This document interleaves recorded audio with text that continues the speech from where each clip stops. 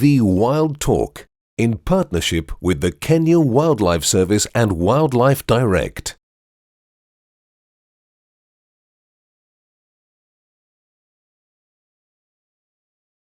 Hello and welcome to NTV Wild Talk with me, Smriti Vidyarthi, coming to you from the edge of the amazing Nairobi National Park. Now, did you know that on the 16th of December this year, Nairobi National Park turns 70 years old? It is a true milestone and there is so much to celebrate and appreciate. So this episode is dedicated to Nairobi National Park and why it's so special and why it needs to be protected. But first, have a look at this. The Nairobi National Park is Kenya's oldest national park and the first to be established in East Africa, gazetted in December 1946. It prides itself on being the only national park located in a capital city in the whole world, just 10 kilometers from the central business district. The park, which sprawls over 117 square kilometers, is home to an abundance of wildlife, with over 80 recorded species, including lions, leopards, rhinos, buffaloes, grazers, over 400 species of birds, and over 100 species of grass. Other attractions include the picnic sites, the ivory burning site, hippo pools, and just outside the park, the animal orphanage and the safari walk. The park is accessible all year round and is undoubtedly one of the most remarkable places to visit in Nairobi. So Nairobi National Park truly is a special place and so many people do visit it and love the park. But in this episode we're narrowing down to just 4 people that we're going to meet and they're going to share their experiences and their special connection to Nairobi National Park. First off, we start with Ngamunu Patita. She is a member of a community that borders the Nairobi National Park. Great to have you with us on NTV Wild Talk, Patita. Now tell us, where are we exactly, because your home is very, very close to the national park. We are at Olosrikon area and where we call Kitengela, Cholinge Ward. Motaronga is to the east, Kitengela is to the west.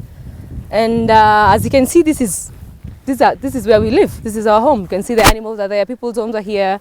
And you can see just right after the river is Nairobi National Park. So you literally border the park. It's your neighboring area.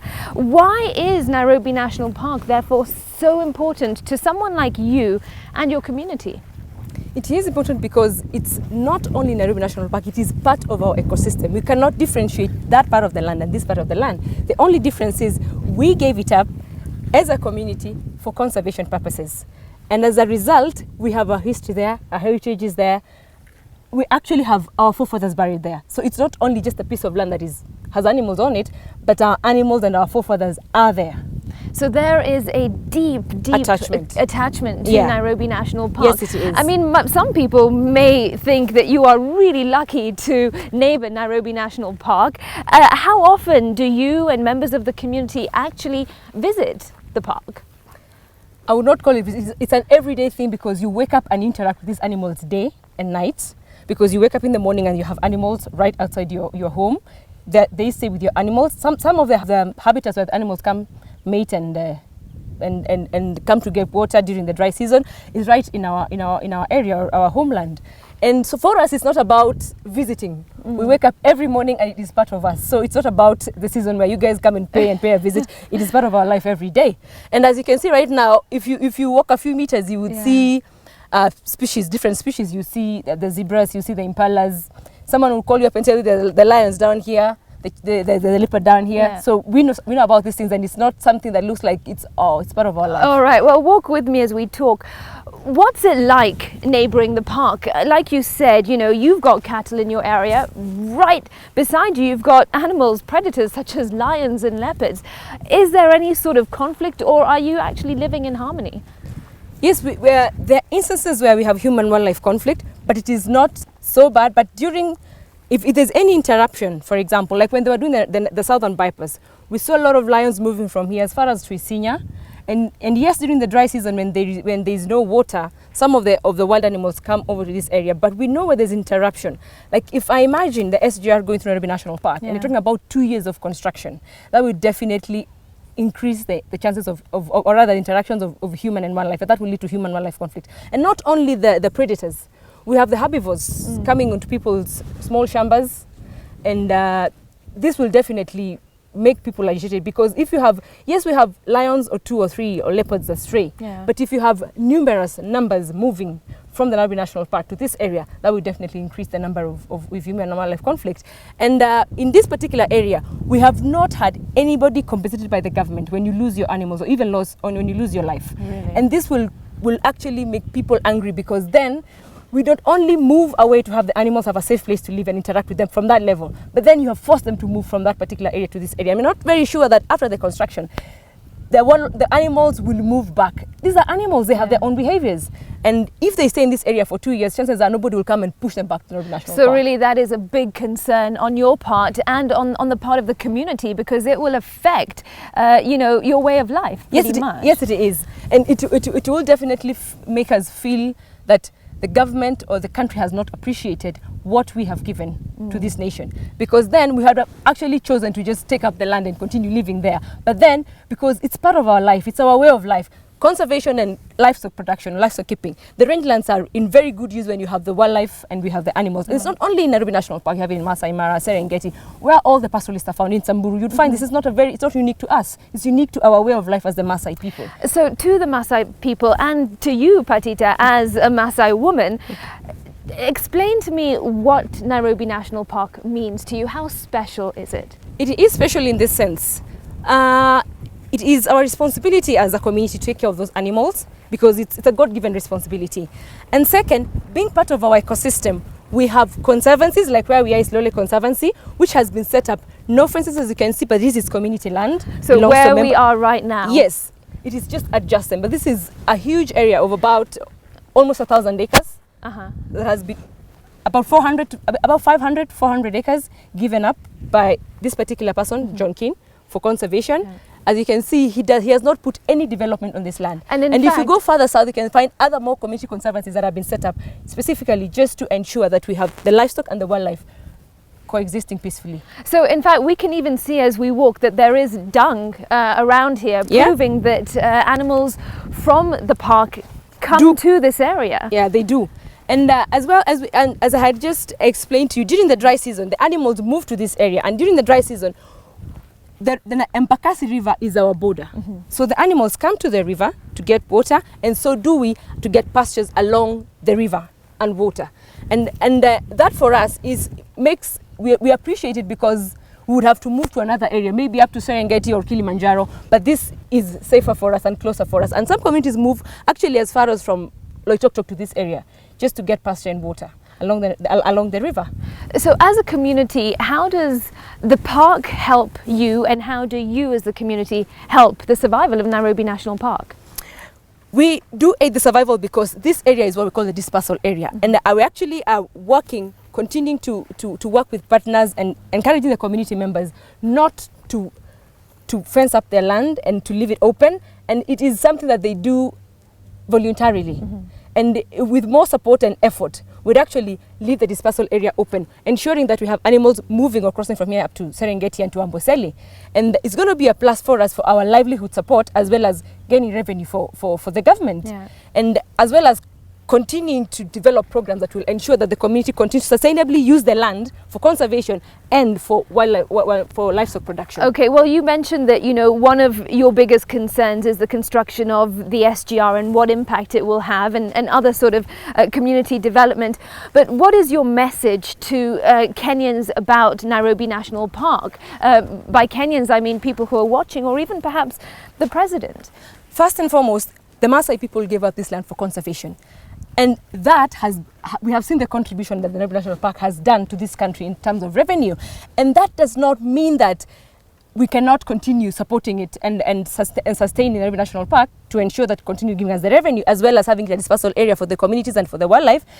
But our main concern is there is a law that protects the Nairobi National Park, because we gave it up for conservation, and it states in the Wildlife Act that it shall remain so.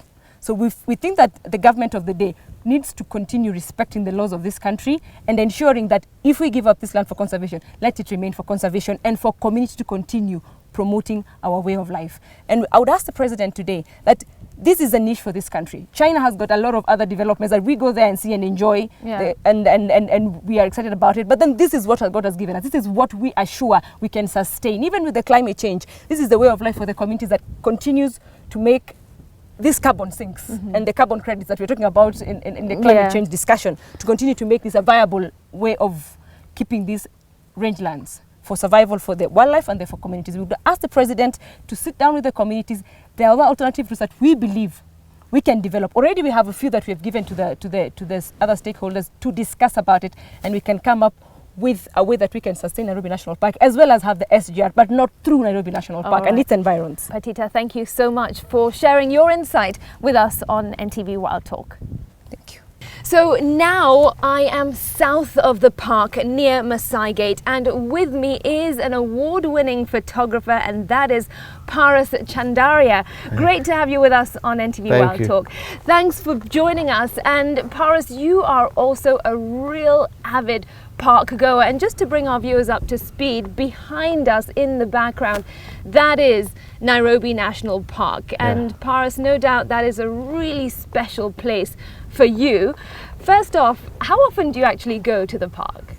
I go every week. I go maybe 3-4 times a week, depends. My office is 1 kilometer away from East Gate, so I try and go as much as I can. That is a pretty high number of times going to the park. And you've been going though for 4 years now. Yes.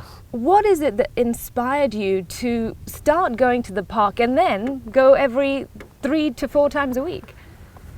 I love photography and I love wildlife, and I think that is the perfect combination to live in Nairobi. I never used to live in Nairobi, so when I moved to Nairobi, it made my wildlife photography very easy, and it's been like my learning ground, let's say. And it's amazing. And why is the park amazing to you? Because Paras, you say that, you know, before you lived in Nairobi, obviously you didn't come, but we have millions of people living in Nairobi who perhaps have never even gone to Nairobi National Park. That is a bit sad. Nairobi National Park has amazing beauty. It has rhinos, the best wildlife in Kenya. We don't have elephants because it's too small, but apart from that, we have rhinos, we have the leopard, lions, cheetah, serval cat. I've not seen the cheetah yet, but there is a cheetah or two. Right. So, and it has everything. It's 1 minute away from a city. So Mombasa Road is here and the park is just here. How close? You can't get that anywhere in the world. So it almost doesn't make sense as to why some people don't even go. Yeah, people should come weekends. You see, weekends it gets quite packed, actually. That's why I don't go weekends. Okay. But Monday to Fridays, When you go to the park, Paras, how do you feel? What sort of emotions and feelings are stirred up inside you when you're taking pictures of these incredible animals and the scenery? One of my friends recently said, wildlife don't pretend. That is very important, I think. Wildlife don't pretend. So we get a very natural, real place to be. There's no, what you see is what it is. There's no two faces about a lion or anything like that. And I believe it's our country's identity. Wildlife and our beaches are our country's identity. So I love photographing it. And take us through your typical trip to the national park. I mean, here's some of your equipment. This is your camera and your huge lens that comes with it. And of course your binoculars. So what's your typical trip to the Nairobi National Park? I like mornings, so I come very early, 6 a.m. And depending on work, I'll leave 8, 9. It doesn't matter what I see. I just drive and whatever comes across, I photograph. What are some of the best photographs or best moments that you have successfully managed to capture whilst in the park? Well, the beginning of this year, I think, was one of my best moments. I think it was 1st to 2nd Jan. And I saw a lioness, Ziva, walking with two cubs right in front of me, and she had one in her mouth. Oh, wow. And that was a most tender moment, you know. Yeah, it's very delicate for a lion mother to hold a cub. And they were this small, literally 2 weeks old, 1 week, 2-3 weeks old. And I think that was the highlight. Oh, wow. And how do you use your photography to tell the story of Nairobi National Park and to encourage people to go and to share the magic? So I invite a lot of people to come with me. Anyone can come with me. If they approach me, randoms have come with me. Really? Yeah, so I mean, I've taken photographers. Now I've joined Photographers Association of Kenya. So whenever I go, I try and let them know in advance, if I plan in advance. Yeah. And then I bring a few photographers with me. I share my work online a lot. I try and post every day. And yeah, I have my famous giraffe photo also. Oh, and what does that look like for someone who's not seen it? Why is it so famous? Well, I got good, I put it in a lot of competitions. And I did well for myself. So it even got printed in a lot of different places. Oh, yeah. awesome. Congratulations. So are you essentially saying anybody that's watching and has never been to the park or wants to experience the park like you do, they can literally contact you and they can head off with you in your vehicle and, you know, enjoy the morning with you? Yeah, it's a short game drive, yeah.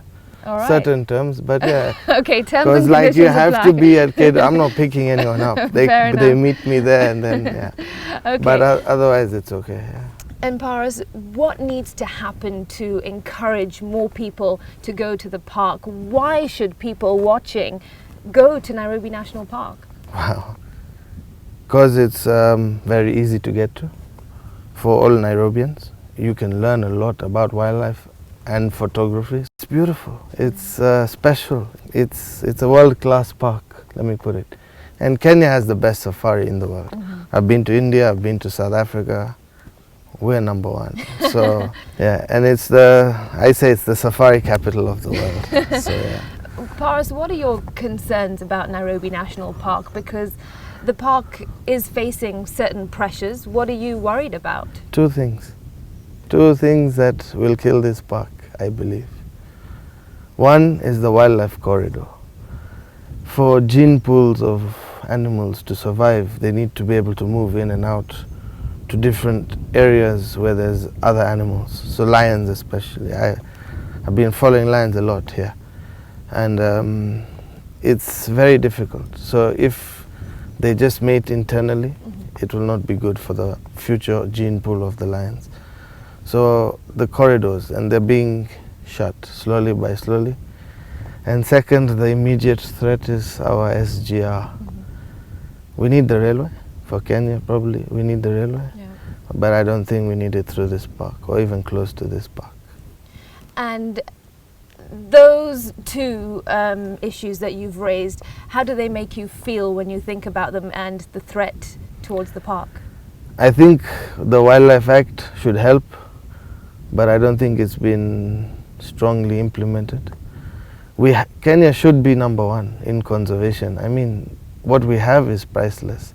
And if we look at the value that it can earn us forever, nothing can beat that. People don't see the long term if we conserve properly. And conservation should start with the people, the community. And I don't know if it's happening everywhere properly. We have some good examples, Amboseli and stuff, but still not. Yeah, that's the big thing. Paras, what is your favorite animal in Nairobi National Park? The leopard is my favorite animal. And you've seen the leopard pretty frequently in the park? Because I've been and I have never seen the leopard in the park. Well, it took me 2 years to see my first one. Oh, really? Then another 1 year to see the next two. But then this year's been, 2016 has been a good year. All right, so I certainly have a long way to go. Yeah, we just saw a mother with a cub. Oh, wow. Yeah, it was absolutely beautiful. Oh, amazing. I didn't see that in Mara, no, I saw it in Nairobi Park. So, Paras, as we wind up, what is your message to Kenyans and people watching about Nairobi National Park? Everyone should visit. It's a very beautiful place. It's a special place. And we should try and save it. All right, Paras, thank you so much for joining us on Thank NTV you. Wild Talk. With me here at the south of the park, Paras Chandaria, a wildlife photographer and a guy who goes to visit Nairobi National Park about 3 to 4 times a week. And you can always join him if you just get hold of him. We are now taking a break on NTV Wild Talk. Do stay with us, plenty more coming up on the other side.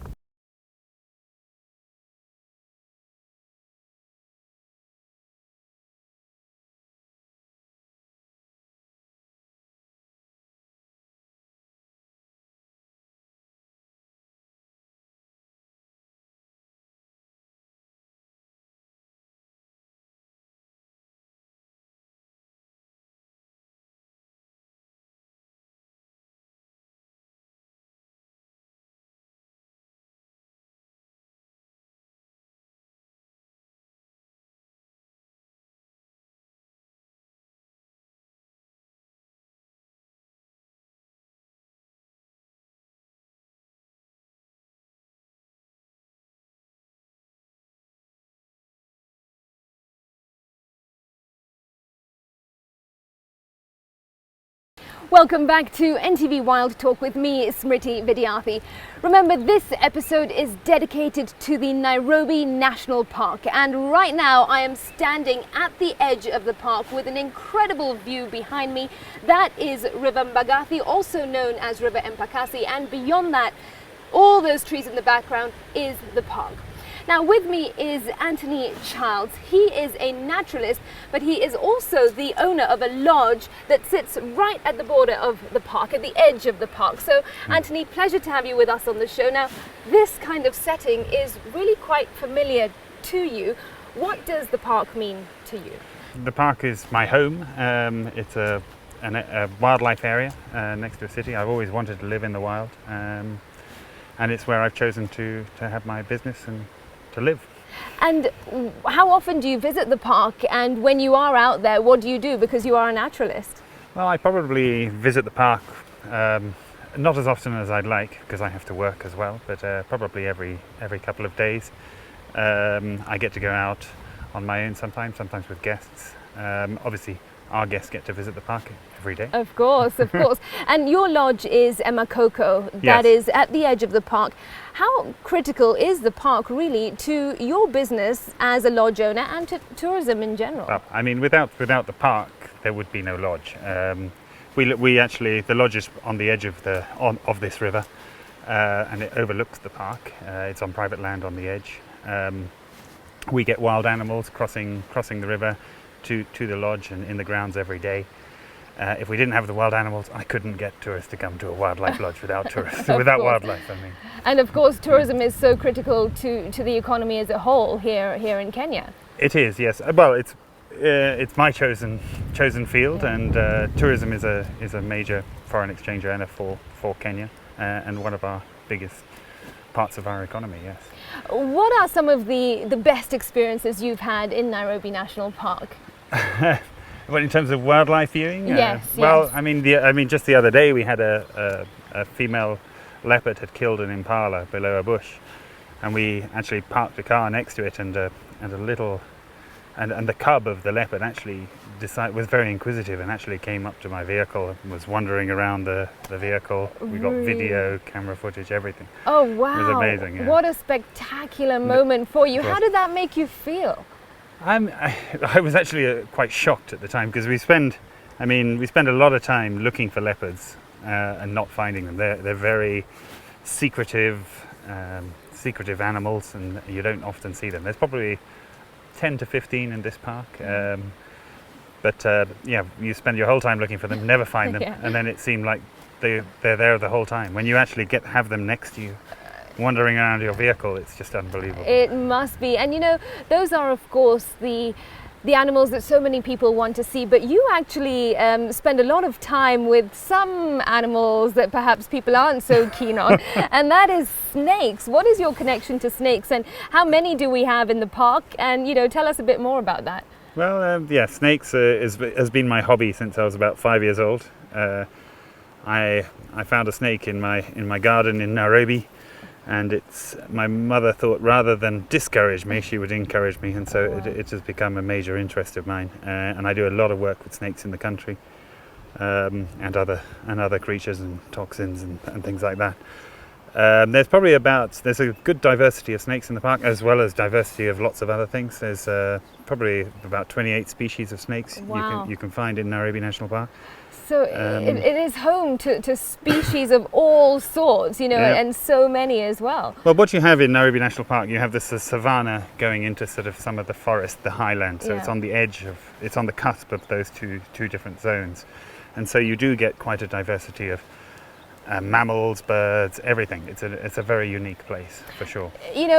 Going back to the point about you being in the tourism business, of course, plenty of tourists are encouraged to come and visit our parks. But what's your view about local Kenyans? And mind you, I should let our viewers know that, Anthony, you in fact are Kenyan. Yes, you I am, yeah. You have a Kenyan passport. You gave up your British citizenship. I did, yes. So you are fully Kenyan. But what are your thoughts about the locals visiting the parks?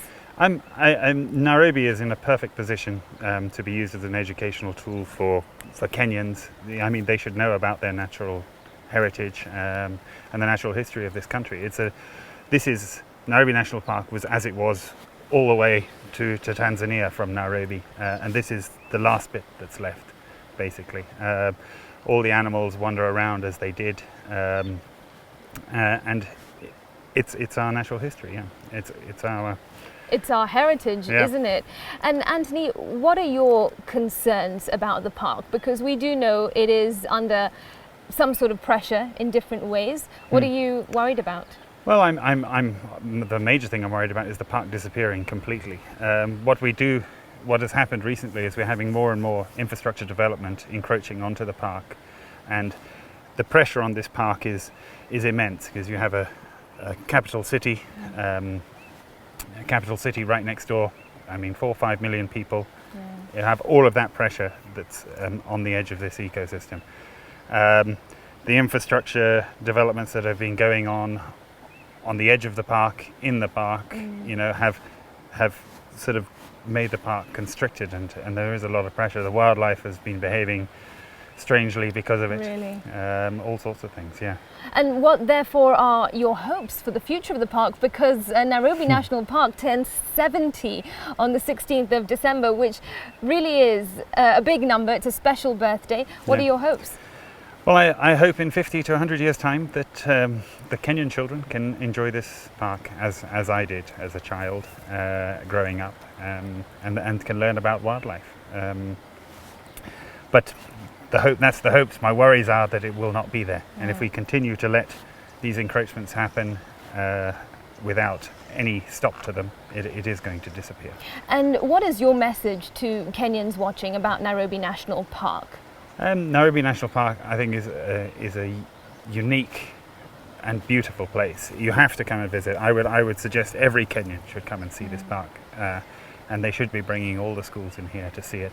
I mean, you can get 4 of the big 5 here, so the big animals are here. You've got to look for them, but that's the wild. Yeah, of course. If you want to see them in a cage, go and see them in a cage. Yeah. But you can see them roaming and behaving as they did for the last 1,000, 2,000 years.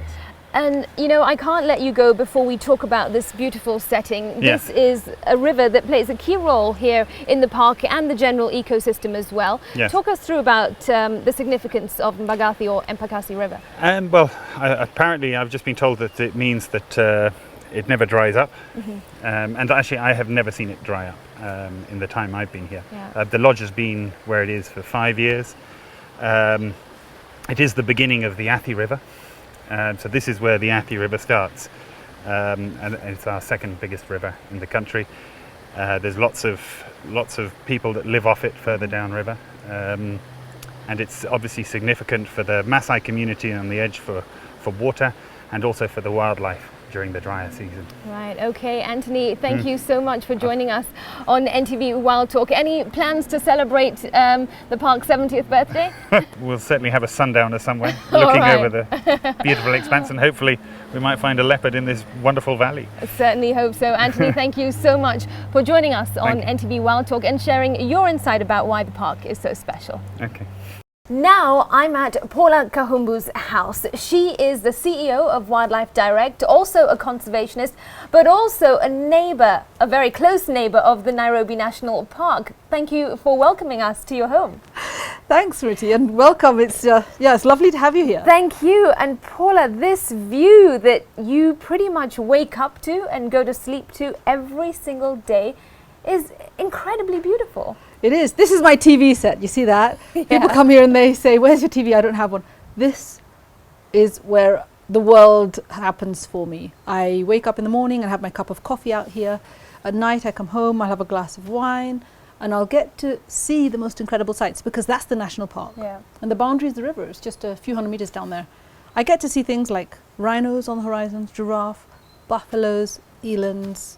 I've had lions here. Really? Leopards, yeah. Hippos have come right up into my driveway. Oh, wow. I have birds nesting in my house, you know, literally right there, house martins and swallows.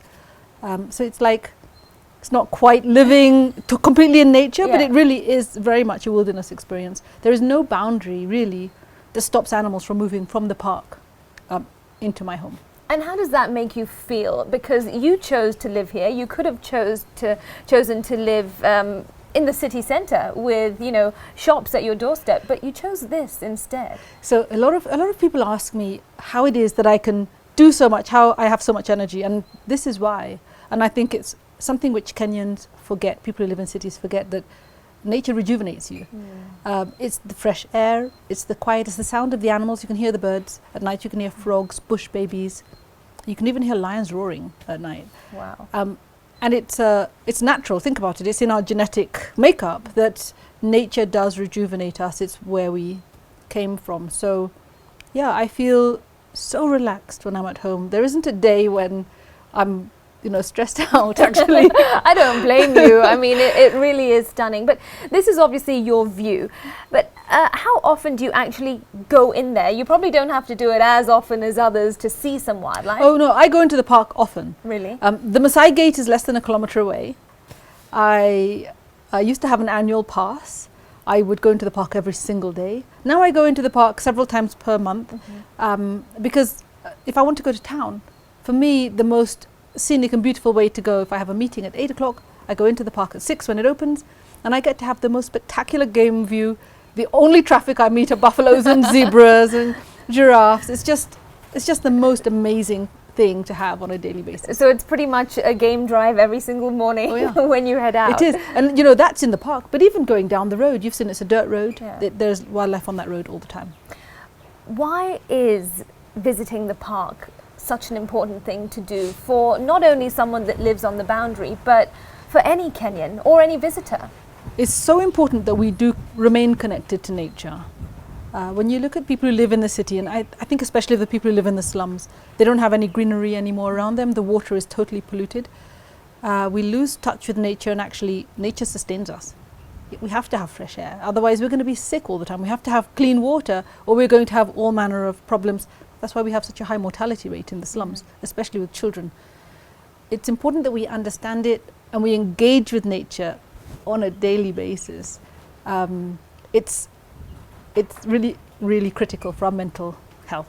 And you can of course only do that by actually going into the park and spending that time there and dedicating your time to the park. So in other countries, they actually have video programs that you can watch that actually have the same effect on you mentally, on reducing stress levels. They will just have pictures of greenery and nature. We don't have to do that here. Yeah. We just have to go to the park. It's free. Yeah. You know, well, it costs 300 shillings to go in. It's not entirely free, but it's something that we have that we take for granted and we don't appreciate enough as Kenyans, that this is so important. It's important for every single citizen, and for all of our children and grandchildren, because when you're in an environment that's very stressful, because you're only surrounded by man-made things, concrete and metal and that kind of thing, and noise, especially noise, people don't realize it actually puts people on a tipping edge of actually being violent. Oh. Yeah, and a lot of the rehabilitation of people who are violent and anger management, everything, is take people out into nature. Into nature, because right. it calms you right down. That's something that we take for granted. And what are some of your personal favourite experiences in Nairobi National Park? Because you can come across all sorts of animals if you spend time in there. What's it been for you? I've had just the most amazing meeting with all kinds of animals, rhinos, which will come right up to the car. I once got chased by a rhino. Oh, wow. But I would say one of my most favorite was just down here. There's a bridge, a little stone bridge to Maasai Lodge, from Maasai Lodge to the national park. And one day I was down there and I saw a leopard. I didn't think it was a leopard. I saw something bounding across the road and I thought it was a hyrax. And I thought, it's really strange. What are the hyraxes doing? I saw two of them. They're so tiny and round and they're just bouncing across the road. And so I stopped and I looked at it and then I just heard this growl. And this leopardess stepped out onto the road and she just stared at me. And those were her cubs and they were crossing. Oh, wow. And she just didn't want anybody near her and she would then cross. She just, in one leap, she just leapt across the entire road. That was really special. I've seen otters down here. So most Kenyans have never seen an otter. Yeah. They're in this river. Some might not even know what that is, so explain it to us. Otters are a group of really extraordinary animals. Many of the relatives are called cats, like civet cat. They're not really cats at all. But otters are animals that live in water. They're famous for swimming on their back and holding things in their hands. They look very intelligent. They have funny little fingers and a big tail, and they swim and they hunt underwater. And the otters in this river hunt for crayfish, which actually are exotic. They're not native to here. Crayfish, the crabs are native. And they're very, very rare because they're so sensitive to habitat degradation and pollution, because their food is sensitive to that as well. So it's a black animal. It's got a very funny shape and they're just so sweet. So they're you really get all sorts. And you know, Paula, there is so much glory about this park, but we do know that the park is facing threats. What are your biggest fears about Nairobi National Park? So I know for a fact, I go to the park a lot and I observe the people who come. I see a lot of people behaving very inappropriately in the park. They'll get out of their cars and try and walk up to a rhino to get a close-up. Why? Because they're not really that well informed. I think we haven't done a good enough job to educate and enlist the support of Kenyans. So my fear is we haven't done enough. People don't love the park enough to want to save it, to do whatever it takes to save it. So we really have to bring more people to the parks, no matter what it takes. We need everybody to know that they should come to the park. And how can we go about doing that? What needs to happen to encourage people to come to the park? There are such simple solutions, Smriti. Just imagine if every single school-going child had to go to the park once a term, right? And it just became a normal part of your classwork. You go to the park, you can do mathematics there, you can do essays, you can do music, you can do languages, you can do all kinds of cool things in the park. Imagine if every kid went into the park, it would just become a normal thing that once you're out of school and at university, you'd still go back to the park because it's familiar to you. So that's just one thing. The Kenya Wildlife Service could offer special packages to children so that we get more people going into the park. But in addition, like I said, I used to have an annual pass. Initially it was 7,000 shillings, it went to 12,000 shillings, then it went to 30,000 shillings. I still paid it at 30,000 shillings. And then they boosted it up to 100,000 shillings. That's an annual pass. It's now outside of my ability to pay for it. And probably many other Kenyans too. Yeah, the total number of people with annual passes just collapsed. And it's very unfortunate that instead of looking at annual pass holders as a group of people who love the park so much that they want to go anytime, any day of the week, people go into the park before work. They go into the park after work. Those are the kind of people you want, because those people love it enough to protect it. They're the ones who stop the tourists doing the wrong things. They're the ones who pick up the litter. That's your support base. And what is it that you're worried about? What are your fears? My biggest fears about losing this park. We fought to stop the southern bypass from going into the park. So my fears are that the park looks like empty wasteland to most developers in the city.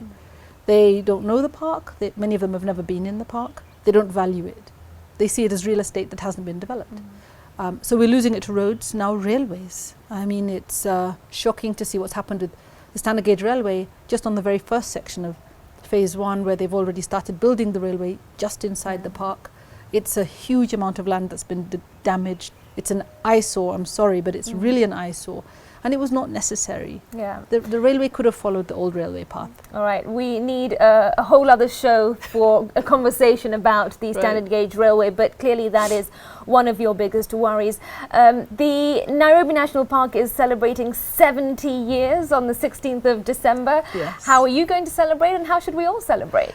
My dream is to throw a huge party in the park. So I want Kenyans to support the park. I want everybody to come to the park on that day. It's a Friday. And then on the 17th, the Saturday and the Sunday, to come to the park and to pay full fares. I don't want to say come for free. No, come and pay, because that means you're supporting, you're investing in the park.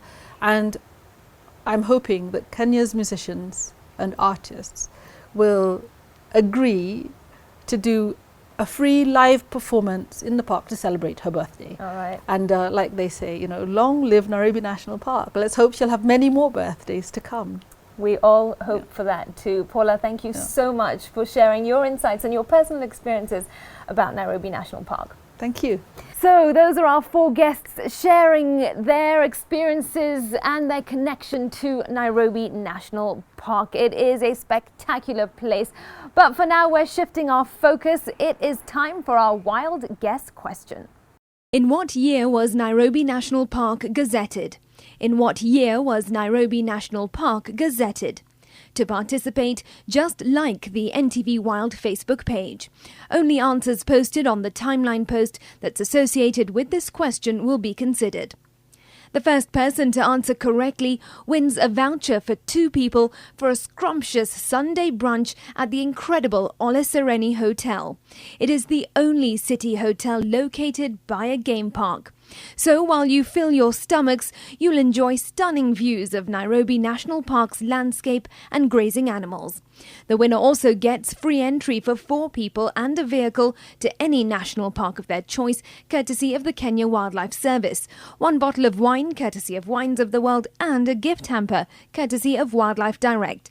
Terms and conditions apply. Last week's lucky winner was Benson Arunga. And now here's our Wild Pick segment. This is a snap of Cindy Shiro. She was at Trout Valley in Nyeri. Cindy says she was simply enjoying the serene environment and that she loves nature. At Lake Baringo Snake Park, this is Alexander Achaga. He was being brave and carrying a snake, saying that he was appreciating nature's gifts. Ryan Maburi was in the Masai Mara. In this snap, he was posing with elephants in the background and says that he was on a game drive while on a family holiday and that this is something you just can't see anywhere. It's magical. At the Makalia Falls in the Lake Nakuru National Park, this is Judith Adhiambo, who looks like she's just jumping for joy. Judith was there on a school field trip and had gone to learn about the lake's ecosystem. And in Malindi, this is Dixon Kamau, also being very brave, holding a huge snake. Dixon says he did this to minimize his fear of snakes, and I do wonder if that worked. Well, you can send in your photos too if you want them showcased on our Wild Pick segment, just like our NTV Wild Facebook page. Send in a photo that shows you celebrating nature via private message. Include your full name, tell us where the photo was taken, what you were doing and why. And now here's what's coming up on the NTV Wild documentary series on Saturday night. The trucks carrying Lualeni and Kora are heading out of Nairobi to a new life deep in the heart of Tsavo National Park. But how are things with the little orphans they've left behind? It seems that Mechanic almost realises what has happened and now she just doesn't know what to do. She's just standing on her own thinking, where's my Lualeni? A week ago, our 2 little elephants from Nairobi, Lualeni and Kora, didn't want to know about this mud wallow. It was just like, oh, that's far too dirty for us. But look now. And I could get very muddy any minute.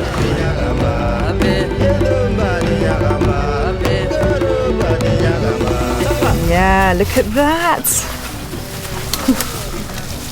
Isn't that incredible? Sian has taken the role of mini matriarch and done exactly what Lualeni would have done. remember that on December 16th, Nairobi National Park is turning 70 years old. Why not give it the best present ever? Get out there with your family and your friends and visit the park. Take pictures, see the incredible wildlife and share your experiences and stories. It really is a gem of a place and deserves to be protected. Well, from all of us right here at NTV Wild Talk, we say happy 70th birthday, Nairobi National Park, and may it have many, many more. Thanks very much for watching. I'm Smriti Vidyarthi. See you again next Tuesday at 10 p.m. Cradle your camera. Have your binos around your neck. All right.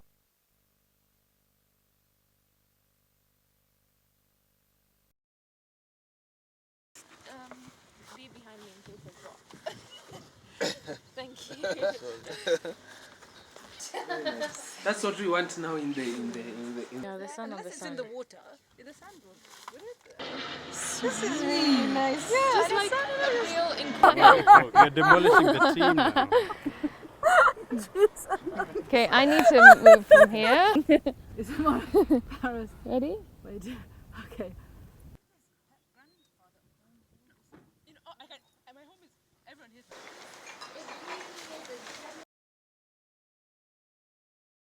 Oh, and then Fidel, sorry, if you